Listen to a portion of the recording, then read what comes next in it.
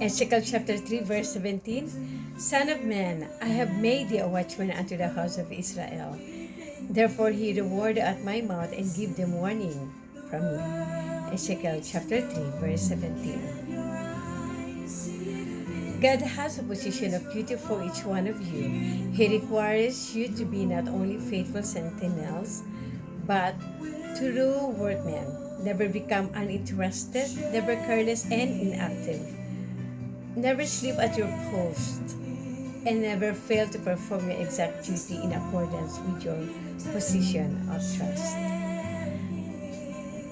There is need of alacrity, promptness, even earnest energy, deep interest, and unwavering fidelity. We should learn to sprint to the work at the call of duty.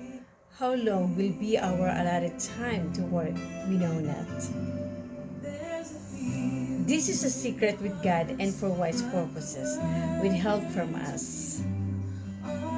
But what time we have to labor, let us employ it as those who must give an account.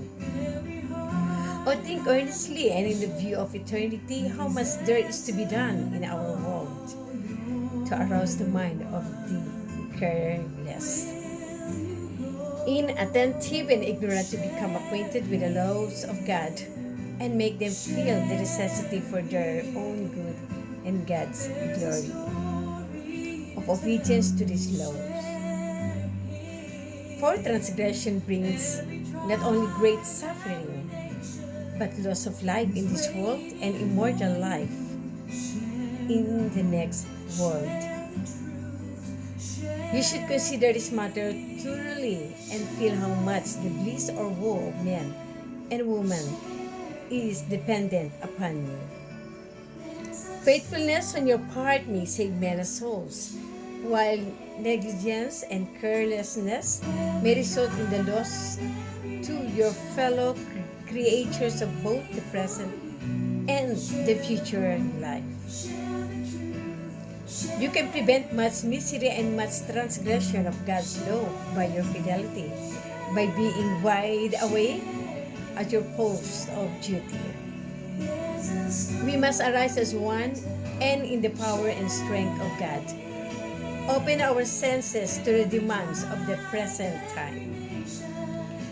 Cry to God in faith, that He may pour out His light and His grace through the channels which He has appointed for good to those who are suffering for want of knowledge.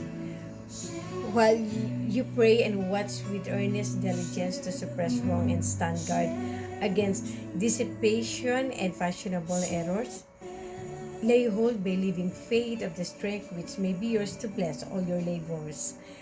You may gather light, knowledge, and power, and your influence may be diffusive.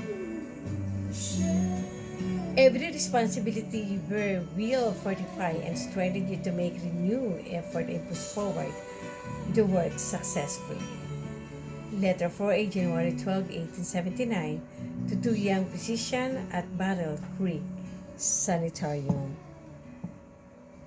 No sleeping on the job.